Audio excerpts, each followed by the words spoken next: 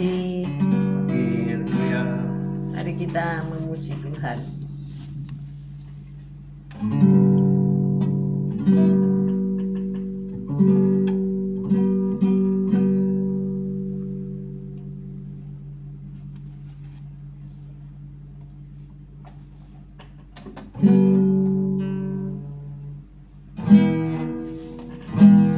Selamat pagi semuanya. Haleluya. Hati yang gembira adalah obat, seperti obat hati yang senang, tapi semangat yang patah berikan tulang. Hati yang gembira Tuhan senang. Hati yang gembira adalah obat, seperti obat hati yang senang, tapi semangat yang patah berikan tulang.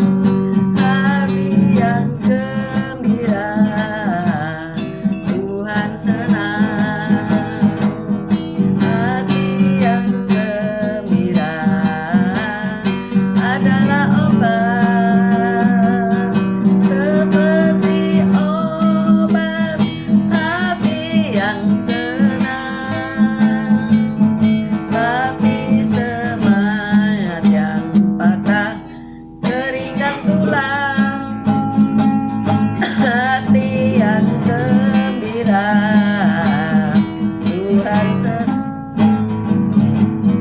Hati yang gembira adalah obat, hati seperti obat hati yang senang, tapi semangat yang padam berikan tulang.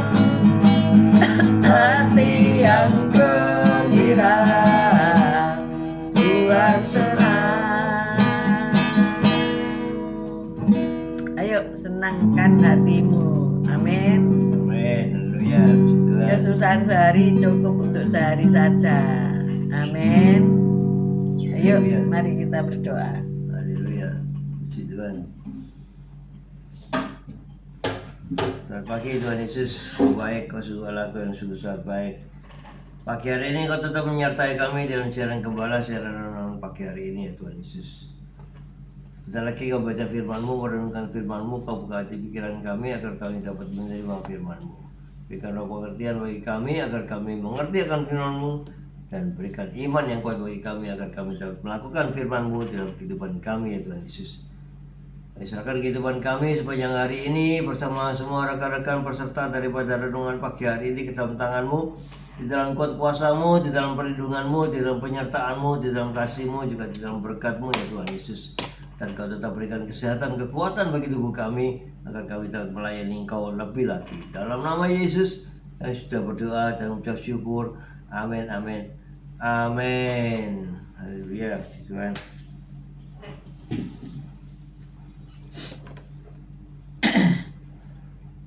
Kita baca Yeremia 23 ayat 1 sampai 8. Yeremia 23 ayat 1 sampai 8. Yeremia 23 ayat 1 sampai 8 dengan perikop janji tentang tunas Daud yang adil. Yeremia 23 ayat 1. Demikian bunyi firman Tuhan. Celakalah para gembala yang membiarkan kambing domba gembalaanku hilang dan tersesat dan terserak. Demikianlah firman Tuhan. Sebab itu beginilah firman Tuhan Allah Israel terhadap para gembala yang menggembalakan bangsaku, kamu telah membiarkan kambing dombaku terserak dan tercerai-berai, dan kamu tidak menjaganya. Maka ketahuilah, aku akan membalaskan kepadamu perbuatan-perbuatanmu yang jahat. Demikianlah firman Tuhan. Dan aku sendiri akan mengumpulkan sisa-sisa kambing dombaku dari segala negeri kemana aku mencerai-beraikan mereka. Aku akan membawa mereka kembali ke padang mereka. Mereka akan berkembang biak dan bertambah banyak. Aku akan mengangkat atas mereka gembala-gembala yang akan mengembalakan mereka, sehingga mereka tidak takut lagi, tidak terkejut, dan tidak hilang seekor pun. Demikianlah firman Tuhan. Amin, amin, amin. Sesungguhnya waktunya akan datang, demikianlah firman Tuhan, bahwa aku akan menumbuhkan tunas adil bagi Daud. Ia akan memerintah sebagai raja yang bijaksana dan akan melakukan keadilan dan kebenaran di negeri. Dalam zamannya Yehuda akan dibebaskan dan Israel akan hidup dengan tentram, dan inilah namanya yang diberikan orang kepadanya, Tuhan keadilan kita. Sebab itu demikianlah firman Tuhan, sesungguhnya waktunya akan datang bahwa orang tidak lagi mengatakan demi Tuhan yang hidup yang menuntun orang Israel keluar dari tanah Mesir, melainkan demi Tuhan yang hidup yang menuntun dan membawa pulang keturunan kaum Israel keluar dari tanah utara dan dari segala negeri kemana ia telah mencerai-beraikan mereka, maka mereka akan tinggal di tanahnya sendiri. Amin. Amin. Ini nubuatan yang sudah digenapi ya, di mana bangsa Israel dulu sporadis ya, tercerai-berai, dan tahun 48 mendapatkan kembali negaranya. Dikatakan mendapatkan kembali karena sesuai dengan janji Alkitab di zaman Abraham ya. Oke, kita tidak membahas hal itu, tetapi kita merenungkan tema pagi hari ini, yaitu Allah yang menyelamatkan. Nah, ada seekor domba yang butuh diselamatkan dari dasar tebing yang terjal di Brora, Skotlandia. Karena ia terperangkap di dasar lereng yang dikelilingi karang terjal di satu sisi dan lautan luas di sisi yang lain. Domba itu tinggal sendirian di sana selama 2 tahun. Setelah gagalnya beberapa kali penyelamatannya, tidak seorang pun dapat menjangkau domba itu. Maka seorang petani yang bertekad kuat bernama Kemi Wilson bersama 4 orang temannya berhasil menjalankan misi penyelamatan yang penuh risiko itu. 3 anggota regu itu dengan berani dan hati-hati menuruni tebing sedalam 250 meter dengan menggunakan derek untuk menjangkau domba itu, lalu mengangkatnya keluar dari masalah. Wow, siapa berani? Di sisi kiri ada tebing, di sisi kanan ada laut ya, dan sang domba ada di situ. Bukan main-main, kalau lamanya 2 tahun itu bukan waktu yang pendek ya. Nah, sikap petani dan regunya yang bertekad kuat sekaligus berbelas kasihan itu mencerminkan bahwa belas kasihan Bapak kita yang penuh kasih seperti yang digambarkan dalam Yeremia 23 ayat 1 sampai 3. Kita baca ayat 1 sampai 3. Yeremia 23 ayat 1. Celakalah para gembala yang membiarkan kambing domba gembalaanku hilang dan terserak. Demikianlah firman Tuhan. Sebab itu beginilah firman Tuhan Allah Israel terhadap para gembala yang menggembalakan bangsaku. Kamu telah membiarkan kambing dombaku terserak dan tercerai-berai, dan kamu tidak menjaganya, maka ketahuilah aku akan membalaskan kepadamu perbuatan-perbuatanmu yang jahat. Demikianlah firman Tuhan. Dan aku sendiri akan mengumpulkan sisa-sisa kambing dombaku dari segala negeri kemana aku mencerai-beraikan mereka, dan aku akan membawa mereka kembali ke padang mereka. Mereka akan berkembang biak dan bertambah banyak. Amin, Amin. amin, amin. Jadi belas kasihan yang dimiliki oleh Yesus, kita sering melihat Yesus dalam gambar-gambar lukisan sedang menggendong domba atau memikul di punggungnya ya. Dan tongkat gembala itu melengkung, jadi kalau ada domba yang nyasar dia bentel kembali untuk mendekat kepadanya ya. Tidak jarang juga kita melihat lukisan yang dimana tangan Yesus menjangkau domba yang terjatuh di tepi jurang ya. Nah, maka Yeremia ini mengancam atau mengecam para pemimpin Yehuda yang berdosa sebagai gembala-gembala yang membiarkan kambing domba gembalaan Allah hilang dan terserak.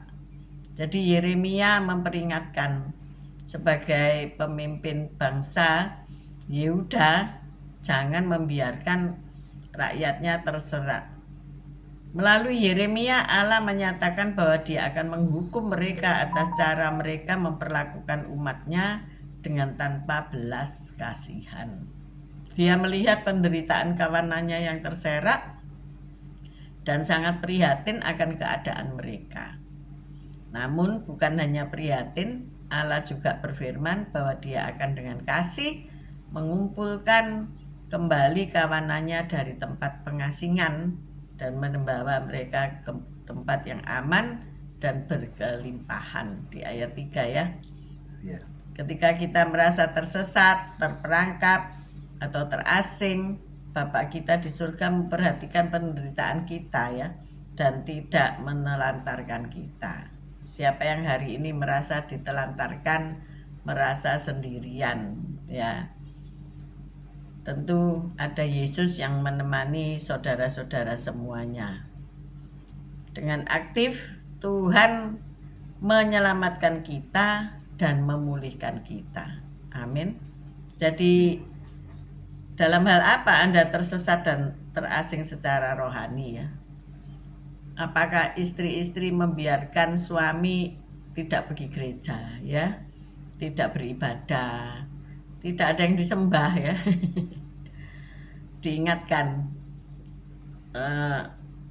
kami punya rekan apa itu dulu family altar ya di Surabaya, yang suaminya nggak pernah mau ke gereja ya, mungkin nggak punya agama.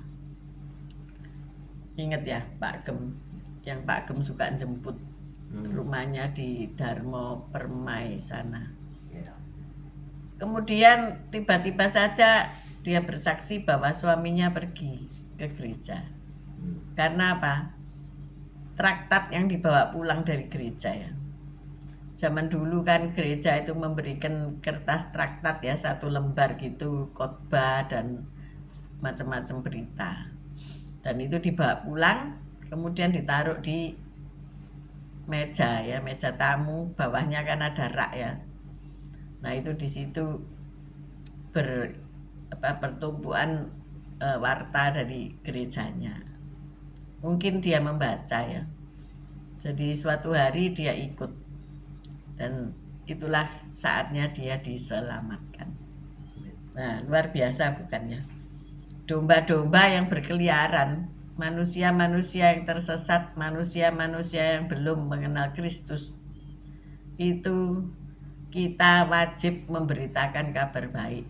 Kita wajib memberitakan bahwa ada keselamatan di dalam Kristus Yesus Tuhan ya. kita tidak bisa memaksa mereka untuk mengikuti jalan Tuhan. Tetapi dengan berdoa, dengan memberi lingkungan yang positif, semua mendukung ya. Ingat satu orang tadi petani yang bernama siapa tadi? Kemi Wilson, dibantu 4 orang. Jadi 5 orang. Belum lagi alat berat ya, derek yang nanti akan mengangkat domba itu ya. Tapi siapa menaruh domba itu ke dalam derek ya? Nggak ada kalau nggak orang ya, kan nggak mungkin ayo domba naik, kan dia takut ya, nggak ngerti. Maka seperti itulah keadaan kita ya.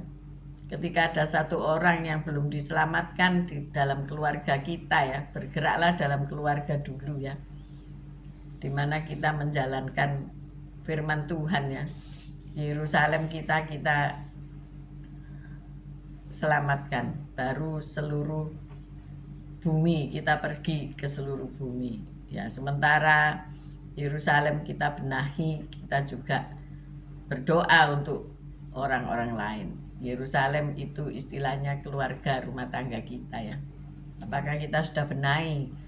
Apakah kita biarkan anak-anak nggak pergi sekolah minggu ya, nonton TV lebih baik daripada pergi dengar cerita guru-guru sekolah minggu.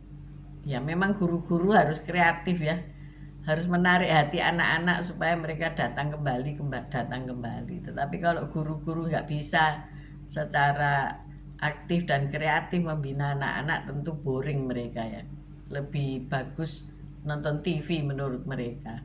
Tetapi hari ini banyak alat sarana untuk guru-guru sekolah minggu ya, yang bisa menarik anak-anak untuk datang kepada Tuhan Yesus. Nah, jadi pagi hari ini ayo kita renungkan ya. Kalau kita mungkin sebagai pemimpin kelompok kecil, kelompok 10, kelompok 50, kelompok 100, ketua kelompok sel, ketua wilayah dari kelompok sel dan selanjutnya. Ayo kita perhatikan domba-domba kita, apakah mereka jemaat Tuhan ya, bukan milik kita ya, jemaatnya Tuhan. Sudah engkau pelihara dengan baik, memberi makan firman yang bermutu ya. Firman tentu bermutu, tetapi penyampaiannya harus baik, benar, dan membangkitkan iman ya. Apakah di dalam kelompok ini kalau ada domba yang saling menanduk, apakah kita memberikan kesempatan untuk dipulihkan ya hubungan antara domba? Gimana ya domba kalau bertengkar ya? Iya. Domba rasanya enggak tahu bertengkar ya. Kalau kambing itu bertengkar ya. Ya, Domba itu baik, soalnya domba itu sifatnya lain lembut ya, enggak suka menanduk, enggak ada tanduknya juga ya. Jadi kadang-kadang kita mungkin kalau mencari pertengkaran di antara domba itu sangat jarang ya. Tetapi yang ada kalau ada kambing. Kalau kambing ini suka menanduk ya. Kadang-kadang kalau di video itu kan diem-diem orang berdiri dari belakang ditanduk, diseruduk gitu ya. Nah, itu kalau kambing sifatnya lain. Tapi bagaimana kita bisa mengubah kambing menjadi domba? Ya bisa. Jadi ini kan perumpamaan bagaimana kita ini jemaat Tuhan yang digembalakan, domba-domba harus berdamai satu dengan yang lain ya, tidak boleh saling menanduk kan. Mereka tidak pernah menanduk, makanya dikatakan gembalakanlah domba-dombaku, bukan gembalakanlah kambing-kambingku ya. Ini kita perlu cermati ya sifat kedua hewan yang berbeda ini. Bahkan di akhir zaman nanti disisihkan yang mana domba, yang mana kambing. Bahkan ada serigala yang berbulu domba ya. Nah itu lebih gawat lagi ya. Memang ada ya. Habis domba-dombanya karena dibawai pergi oleh serigala ya. Hari-hari ini kalau kita melihat sesama gembala ya, nggak usah royoan domba, karena domba itu milik Tuhan kok ya. Tuhan pasti kasih kita. Mungkin kita hanya menggembalakan 2-3 ekor seperti Raja Daud pada awalnya penggembalaannya ya. Mengapa kamu meninggalkan domba yang cuma 2-3 ekor itu datang melihat pertempuran, kakaknya berkata demikian. Ternyata nggak banyak. Tapi kalau kita lihat di video, di TV, penggembala domba itu menggembalakan ribuan domba. Dan cara memasukkan hewan-hewan itu kalau sore ke kandang adalah dengan anjing gembala ya. Makanya dikatakan anjing gembala. Anjing itu berlari memutari padang rumput di mana penggembalaan itu ada. Dan kok lucu ya, mereka taat loh sama anjing itu ya. Mereka berbondong-bondong masuk ke dalam kandang. Dan juga peluit gembalanya ditiup ya, disuruh masuk, dan mereka masuk berbondong-bondong ke kandang. Nurut saudaraku ya. Tentu ada 1-2 yang dikisahkan ada domba yang sampai gimbal, sudah berapa belas tahun tersesat di padang karena tidak taat ya. Tentu orang-orang yang tidak taat akan mendapatkan pemulihan. Di situ kita melihat, dan ia diketemukan kembali dan kemudian dicukur bulunya, dibersihkan supaya tidak keberatan ya. Dia bisa makan dengan enak dan sebagainya, ringan tubuhnya. Itulah pemulihan ya. Dan dia mendapatkan kembali padang gembalaan yang berumput hijau. Benar nggak Pak Gem? Benar. Sebagai Iya. gembala bagaimana? Memperhatikan enggak? Ya, harus ekstra memperhatikan. Harus ekstra ya. Kalau ada yang hilang itu cari. Ya kadang-kadang ada domba-domba yang nakal ya. Jadi Dombanya nakal. iya, nah, ini repot, butuh kesabaran, penuh kasih untuk mereka dibawa pulang kembali, itu dibasuh, dirawat dengan baik ya. Nah, ya itu butuh kasih yang luar biasa ya dari seorang gembala. Ya, gembala harus peka ya terhadap kebutuhan domba-dombanya ya. Iya. Kalau hari-hari ini banyak orang yang harus membayar uang pendaftaran ulang, uang buku, uang seragam yang nguras kocek ya. Tapi Tuhan itu luar biasa ya. Bisa mengirimkan para donatur untuk mensupport kebutuhan anak-anak dari gereja anak lah, dari kaum muda lah ya. Sehingga mereka itu ya saya kisahkan sedikit. Ketika saya bilang kepada seseorang, kamu perlu apa? Sudah bayar semua belum itu kebutuhan sekolahmu? Oh iya, saya butuh untuk bayar seragam, bayar buku dan macam-macam ya. Daftar ulang. Daftar ulang. Sekolah itu ada acara daftar ulang, padahal murid-muridnya tidak lari, tetap di situ. Oh, didaftar lagi itu loh. Ya daftar Dan ulang tidak biayanya mahal sedikit ya. 500-600 ribu loh. 600 gitu. Iya. Ada yang anaknya 2-3 kan berarti 1,5 juta gitu ya, 3 ya untuk bayar buku, untuk bayar seragam. Nah itu sangat memberkati ya. Ketika saya menanya mereka itu sampai mereka kaget loh, apakah saya ini dimintai katanya gitu sama anaknya. Maka Anak saya minta sama ibu gitu ya. Enggak, saya yang manggil dia kok, saya tanyain. Jadi dia berkaca-kaca. Saya pikir, oh Tuhan itu baik ya. Kalau kita peka kepada domba-domba Tuhan, itu kan uangnya Tuhan ya, bukan uang saya gitu ya. Akhirnya mereka juga bisa melanjutkan sekolahnya dengan tanpa terlibat judi online atau pinjol ya. Karena itu sangat mencekik, pakai bunga ataupun itu ya, pinjam kepada yang membungakan uang itu luar biasa loh bunganya ya. Saya lihat, saya ini utang 150 kok suruh bayar 300 katanya. Aduh, ya gemes banget ya. Seperti itu ceritanya. Jadi sebagai gembala ya saya memperhatikan ketika mau naik-naikan kelas pasti ada orang yang bingung dengan harus bayar ya. Besok ada satu orang yang saya mau minta bantuannya Bu Maria Viken untuk memberesi seluruh tunggakan ya. Ternyata tunggakannya banyak ya. Saya juga sampai terkejut ketika bagian diakonia pergi ke sekolah Kristen. Nah, dan gurunya berkata, kamu tahu nggak ini ya, tunggaan orang-orang yang nggak bayar ini berapa? 200 apa 400 juta, saya kaget. Hah? Banyak, berarti bukan kamu saja yang nunggak ya, nggak usah malu. Hari ini kalau ada para penunggak nggak usah malu ya. Terus nggak pergi gereja, nggak pergi sekolah karena malu, diem di rumah. Ternyata boleh sakorap saudara-saudara ya. Ada juga yang nggak boleh masuk kelas karena nggak bayar uang sekolah. Nggak boleh ikut ulangan. Ya ampun, terus nggak boleh ikut ulangan. Disetrap, terus disuruh pergi ke tempat ibadah agama lain ya. Nah ini kan kayak apa ya? Ya itulah sekolah zaman sekarang ini ya. Yang tidak salah juga sih kalau dibiarkan semua nunggak itu sampai ratusan juta ya. Oh luar biasa. Jadi kami merasa kalau ada Tuhan itu ya, memang benar kesusahan sehari cukup untuk sehari. Tuhan pasti datang untuk menolong ya. Tuhan pasti memberi keringanan pada beban-beban hidupmu. Amin. Itu soal sekolah. Apapun masalahmu hari ini, serahno pada Tuhan. Tuhan itu penyedia kita kok. Tuhan tahu apa yang kita butuhkan. Amin. Saya mau bersaksi sebentar tentang operasi mata ya.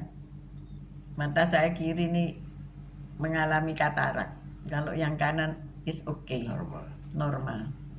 Memang di sebelah gereja ada klinik mata KMU ya. Saya periksa situ. Oh, matanya ibu ini yang sebelah kiri ini katarak katanya. Ibu bisa dioperasi di sini katanya begitu. Berapa biayanya? Ada yang 9 juta, ada yang 13 juta. Beliau berkata begitu. Oke. Ini saya kasih obat dulu. Nanti kapan dijadwalkan katanya gitu. Saya pikir ya nggak apa-apa lah, enak di sebelah jalan kaki. Tapi ketika saya cerita sama teman-teman, apalagi seorang ibu yang berurusan dengan dokter-dokter top di Surabaya, ngomong gini sama saya, Bu Evi, ayo pergi dokterku katanya. Ini mataku ada masalah, aku mau kembali ke dokterku. Dokter siapa Bu? Dokter Wimbo. Di mana? Di Jalan Bawean katanya. Oh ya itu pakar katanya begitu. Dokter senior. Oke. Ya kita kalau menghadapi kata operasi pasti keliling dokter, bener nggak? Pasti cari survei apa itu? Dokter mana yang terbaik? Cari second opinion ya, tapi enggak second kan 2. Tapi banyak ya. Saya pikir ya ada baiknya juga. Terus rekan-rekan yang lain, ini pakai BPJS buat apa kamu bayar? Kalau di situ bayar, ini gratis katanya. Ayo ke mana rumah sakit mana itu Mitra Keluarga Waru. Ternyata setelah saya minta rujukan BPJS itu dokternya enggak mau kasih yang di Mitra Keluarga Waru, harus di Delta Surya gitu. Waduh, kok bingung gini ya saya. Jadi ada waktu sampai bulan Juli untuk rujukan itu. Tapi saya mau mengikuti saran dari seorang ibu yang bernama Bu Ponjol ini, karena beliau sudah keluar rumah sakit dan selamat terus saudara ya. Bisa sehat terus gitu, padahal banyak sekali masalah kesehatan yang beliau hadapi. Oke lah, saya nurut ke sana. Ternyata untuk daftar aja nunggu seminggu. Setelah seminggu disuruh daftar lagi, maksudnya telepon ya, nanti saya seminggu lagi. Oke, saya telepon, dikasih hari Senin jam 9 malam. Saya pikir gak kurang bengi tadi.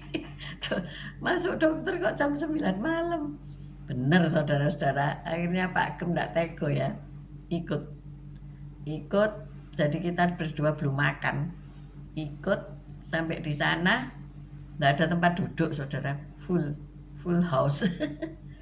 Akhirnya kami beli kopi di ada kafe baru buka ya, terpaut 4 rumah jalan situ, duduk sebentar. Tapi saya bilang Ini nanti orangnya jam 9 pasti manggil saya ya. Jadi akhirnya kita take away aja. Nah, singkat cerita bener loh. Begitu kita datang, sebentar lagi saya dipanggil. Waduh, puji Tuhan ya, kita nggak ngafe-ngafe terus enak-enakan. Nggak, pas jam 9, on time. Akhirnya mata saya diperiksa dulu oleh asisten dokter ya. Di berapa ya? 1, 2, 3, 4 alat saudara.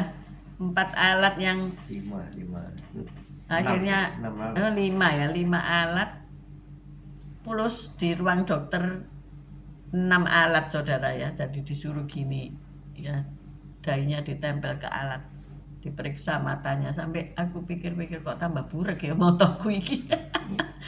Terlalu banyak ini periksa sinari, dikasih obat tetes yang perih dan sebagainya ya. Tapi saya melihat, oh dokter ini serius ya. Enggak, terus ya sudah dioperasi gitu kan. Rasanya kita kok gampangnya gitu ya. Saya mau lihat datanya kita dulu. Dia lengkap datanya. Jadi hasilnya juga satu apa ya, 5 lembar juga itu. Jadi langsung di print ya. Jadi alat itu bisa ngeprint. Saya lihat terus nggak ngerti itu print-printan itu apa. Jadi di situ saya melihat, oh iya bener ya, makanya rame dokter ini. Makanya pasiennya full gitu ya. Ya dokter senior sih. Akhirnya berkesimpulan bahwa memang benar mata kiri saya ini katarak. Terus saya ini kan punya alergi plastik ya. Saya ngomong, dok, apa dipasang itu nanti aku ndak gatel mataku. Ndak alergi. Dia ngomong, ini sudah masang jutaan orang, ndak ada masalah katanya. Loh bahannya apa? Saya tanya. Ya nggak salah kan, kita tanya yang jelas mungkin. Akrilik. Oh, yang dia ngomong apa gitu loh. Pokoknya bisa menyatu dengan sempurna gitu ya. Itu dipasang di balik lensa ya. Jadi di dalam tidak ada pengaruh katanya gitu, tidak ada pengaruh. Kan di luarnya ini yang kita alergi di luarnya. Karena saya kalau pakai kontak lens, soft lens itu tidak bisa, karena bisa menimbulkan apa ya, perih terus berair dan keluar kotoran ya. Beliau juga ngomong gitu. Saya juga alergi kok. Sandalan bisa, kalau sandalnya sandal plastik itu bisa karena kulitnya berair ya. Apa itu lembab, jadi apa namanya, bisa seperti rangen, tahu rangen apa, ada luka-luka gitu ya. Saya enggak mau jadi seperti itu. Jadi sandal WC saya itu, sandal toilet saya itu ada 4, supaya apa, kalau ini basah saya ganti yang itu, keluar dari kamar mandi ganti yang itu gitu ya, supaya kaki saya enggak rangen gitu. Jadi dokternya meyakinkan. Akhirnya saya tanya, dikerjakan kapan dok? Oh ya Rebu besok katanya. Ini kan hari Selasa ya. Iya. Jadi besok saudara. Saya tuh, saya punya diabetes. Oh enggak masalah, ini diabetesnya enggak menerjang ke mata kok. Jadi ternyata diabetes itu bisa sampai ke mata loh ya. Kalau dibiarkan. Jadi ini para penyandang diabetes itu ya, ayolah periksa mata, enggak apa-apa. Diperiksa bisa tahu itu dari rekaman 6 alat itu, kalau sudah berkata bahwa itu diabetesnya enggak masalah. Jadi dia enggak tanya diabetesmu berapa gitu, enggak tanya. Enggak masalah katanya. Tanya enggak sampai mata. Karena diabetesnya gulanya itu enggak sampai merusak mata gitu ya. Jadi ya dengan pemeriksaan yang teliti seperti itu ya mantap gitu ya. Cuma saya mikir, iki piro juta ya. Alatnya canggih-canggih kayak gini nih, dokter canggih pasti mehong. Oh ternyata sama ya.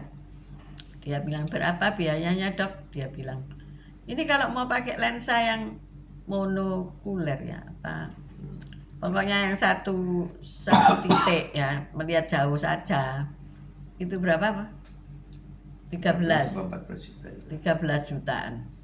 Tapi kalau mau yang 2 titik mata, jadi jauh, melihat jauh dan melihat dekat, itu 26 juta. Terus saya berpikir gini, tambah pusing ya, lihat atas, lihat bawah. Kalau 2 titik itu ya, nanti lihat tangga itu bisa kelihatannya adoh padahal cedek ya kan, dekat. Kelihatannya jauh tapi dekat, bisa jatuh. Memang saya pakai yang kacamata ini kan memang 2 fokusnya. Tapi saya sekarang ini enggak pakai kacamata, lebih nyaman karena kalau baca enggak perlu kacamata saya karena hanya melihat jauh. Jadi akhirnya saya putuskan ya 1 aja. Lensa reguler lebih mahal. Ya kan 2 kali lipat. Masalahnya bukan di biaya sih, tapi kegunaannya, fungsinya. Ya sudah, nanti saya kasih min sedikit aja katanya. Enggak 0 tapi min sedikit saja ya, untuk ngimbangi yang ini ya, karena ini kan cukup tinggi gitu ya. Jadi saya puas dengan jawaban-jawaban Dokter Wimbo ini. Dia bilang kalau kataraknya enggak dioperasi nanti kacamatamu itu tebal ungker-ungker gitu ya, lah elek abot.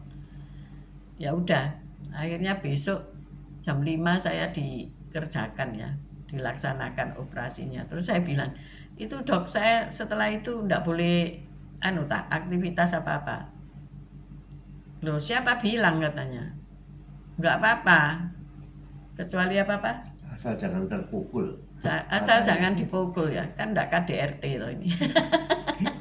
Masuk mukul-mukul mata ya, mungkin kalau tinju matanya kena pukul. Dipukul itu salah mencetat itu. Jadi beliau cuma menyarankan agar jangan kena pukulan dan kena debu. Tapi boleh nyapu ngepel, saya katakan yang olahraga ekstrimnya mama-mama ya, nyapu dan ngepel. Ya boleh aja, saya kan cuma bilang enggak boleh dipukul. Boleh keramas dok, ya boleh. Boleh mandi dok, boleh. Lah tanya yang sedetil mungkin ya, supaya tenang gitu ya. Akhirnya ya saya senang karena beliau bilang cuma ya semalam ini aja istirahat, besok kembali beraktivitas. Oh luar biasa ya, Tuhan itu luar biasa, memberi kita sahabat yang memberi usul yang positif, sahabat lain memberi usul yang baik. Saya lihat oh ya hasilnya ya sama aja ya, sama klinik yang di sebelah juga kasih 13 juta kan ya. Tetapi masalahnya kan karena kurang alat yang kayak begitu banyaknya itu, jadi kita was-was ya. Sebetulnya sih ya pakai BPJS ada juga ya, ya nggak masalah. Saya cek orang-orang pasien yang pakai BPJS juga, mereka nggak masalah. Tapi kalau ada donatur ini di belakang, terima kasih ya Pak donatur. Ya kita milih yang apa itu, diagnosanya itu loh, cukup meyakinkan ya. Kemarin sebetulnya Hukum ini mau berangkat sendiri sama supir ke dokter, tapi saya kok nggak tega melepaskan dia sendirian ke dokter. Jadi dia gembala yang baik ya. Menggembalakan dombanya. Nanti aku ikut, saya tutup toko lebih awal, akhirnya saya ikut karena berangkatnya kan dari rumah jam 8 ya. Nanti masih saya sempat ke toko sebentar, terus saya tutup dan saya ikut. Jadi akhirnya ya lumayan, karena lumayan. Kita itu dipanggil jam berapa? Pulang jam 12 loh. Dipanggil setengah 12 malam loh. Iya. Saya pikir loh dokter ini kok kuat melek ya. Itu masih ada pasien berapa ya? Banyak loh, masih ada pasien banyak. Dari tempat periksa, tunggu lagi di tempat tunggu, lalu masuk lagi, keluar lagi, keluar 2 kali ya gitu ya, keluar masuk. Ya keluar masuk ada 3 kali. 3 kali keluar masuk itu dia panggil pasien diperiksa lain, dulu. kita tunggu. Nanti di ruang dokter pun masih kita nunggu karena dia di ruang praktek yang kedua ada pasien. Jadi dia ngomong sama pasien sana, kembali ke sini, makanya cek suwene gitu ya. Ini dokter kok cek banyak pasiennya ya, sampai saya ngantuk tertidur di mobil sudah jam 12. Saya sampai tadi ndak sempat ya, bangun jam 4 itu wis pulang setengah 1, kasep, tidur setengah 2. Iya, saya langsung bleksek ya setelah cuci muka gitu ya. Dikasih obat tetes ya, selama ini saya dikasih obat tetes sampai nanti besok dikerjakan, ternyata itu antibiotik. Jadi setiap kita mau operasi dipersiapkan operasinya. Ini obat ditetesin 4 jam sekali supaya mempersiapkan diri untuk dioperasi, yaitu antibiotik. Jadi, ya mohon doanya rekan-rekan sekalian supaya saya matanya lebih celing jadi melihat nanti domba-domba yang putih-putih bulunya semuanya. Amin. Jadi kalau ada yang punya ini katarak atau sakit mati matanya, jangan ragu-ragu Jangan untuk menunda ya, periksa. karena memang dengan alat yang canggih itu kita bisa, dokternya ngomong ini ibu ini semuanya di ambang batas katanya. Waduh, di perbatasan. Jadi saya nih Katanya seperti ada ya ada glaukoma sedikit, Glaukoma. tapi sedikit, masih sedikit. Nah itu kalau dibiarkan kan jadi banyak ya, Glaukoma, perlu ya. diobati. Jadi di border gitu loh, saya ini kedudukannya ada di border gitu ya. Belum memang, tapi perbatasan. ada di perbatasan. Nah ini kalau nggak diperiksa setiap tahun, saya ini sebetulnya rajin ya, periksa gigi, periksa mata, periksa tubuh, penyakit dalam itu kan 3 bulan sekali, tapi saya kena penalti harus 1 bulan sekali ya. Ini ada baiknya selain kita percaya kepada Tuhan Sang Penyembuh, tetapi kita ini kan diberi hikmat, diberi teknologi yang canggih, ada AI, ada dokter yang canggih. Ya, apa salahnya? Kita ini loh punya BPJS ya. Maka yang belum punya BPJS saya nggak ngurus. Supaya bisa ini ya, periksa-periksa secara tidak membayar ya. Jadi kalau ada masalah di dalam tubuh kita, kita bisa terpelihara. Tuhan itu kan gembala yang baik. Dia memelihara domba-dombanya. Saya merasa bersyukur ya sama Tuhan yang memelihara saya dan Pak Gem ini dengan baik. Kalau Pak Gem ini enggak kena penalti loh. Walaupun Pak Gem ini kerja siang malam ya, sampai jam 9 baru sampai rumah, itu enggak kena penalti loh dia. Ya, Dia disuruh apa? 1 tahun sekali ya. Gitu loh. Check up itu loh. Check up. Ya. 6 bulan apa 1 tahun? Ya, tapi baik nak check up tadi. Sakitnya. Nakal ya. Gembalanya nakal, nggak mau check up. Ya check up itu juga mahal ya, gitu loh. Ya check up kan kita kalau cek darah lengkap kan hampir 1 juta. Tapi gini, ada diskon. Yaitu kalau pas ulang tahun. Jadi kalau pas ulang tahun check up aja. Jadi nanti nggak jadi makan kue ulang tahun. Kalau hasilnya di border. Itu mengingatkan kita ya supaya kita minimal setahun sekali itu check up. Jadi diketahui keadaan tubuhnya ini bagaimana gitu. Iya. Ya, terima kasih sudah ada yang mendoakan saya. Terima kasih untuk semua rekan-rekan yang mendukung. Jadi walaupun saya operasi katarak tetap bisa siaran besoknya karena sudah boleh sembarang boleh. Tapi ya saya jaga dirilah, eman-eman ya kan kalau enggak berhasil. Ayo kita berdoa. Haleluya. Terima kasih Tuhan Yesus. Engkaulah gembala yang baik yang sudah mengembalakan kami sebagai domba-domba-Mu yang ya Tuhan Yesus, terima kasih Tuhan. Engkau telah menuntut kami kepada rumput yang hijau, menuntut kami ke aliran sungai yang tenang sehingga kami bisa ya Tuhan Yesus dikembalakan dengan baik ya Tuhan. Ampuni kami kalau kami kadang-kadang sebagai domba-domba yang nakal Tuhan Yesus. Tapi Engkau dengan kasih-Mu yang begitu luar biasa tetap mencari kami, membawa kami pulang sehingga Engkau tetap membasuh kami, merawat kami. Itu sungguh kasih yang luar biasa daripada Engkau Yesus. Terima kasih Tuhan atas pengembalaan Engkau pada kami sehingga kami bisa digembalakan dengan baik. Terima kasih Tuhan Yesus. Haleluya. Amin. Bapak, terima kasih karena Engkau telah menyelamatkan kami. Kami berdoa untuk mereka, keluarga kami yang belum mau beribadah kepadamu, yang belum mengenal Engkau. Tuhan tolong mereka. Roh Kudus tolong jamah mereka sehingga mereka mau beribadah, mereka mau mengenal Kristus sebagai juru selamat kami. Kami juga berdoa untuk para dokter, apapun profesi mereka, apakah dokter gigi, mata, dokter tulang dan sebagainya. Tuhan pakai mereka untuk menyembuhkan umat-Mu. Kami perlu orang-orang yang seperti itu, yang dapat meringankan beban penderitaan tubuh kami yang sakit. Terima kasih ya Bapak, kami berdoa untuk pemulihan Ibu Joni. Kalau dia sudah bisa duduk, dia bisa berjemur dengan seorang yang kau sudah utus, yaitu suster yang baik untuk merawat dia, dan keluarga yang baik merawat dia. Tuhan berkati dia sehingga dipulihkan kembali, bisa berjalan walaupun usianya sudah 90 tahun lebih. Terima kasih Tuhan. Kami juga berdoa saat ini untuk orang-orang yang sakit, baik itu yang ada di rumah sakit maupun yang ada di rumah. Tuhan berkati mereka bahwa penderitaan ini pasti berlalu. Kami mengangkat kedua belah tangan kami untuk menerima berkat Tuhan. Tuhan memberkati engkau, Tuhan melindungi engkau, Tuhan menyinari engkau dengan wajahnya dan memberikan engkau kasih karunia.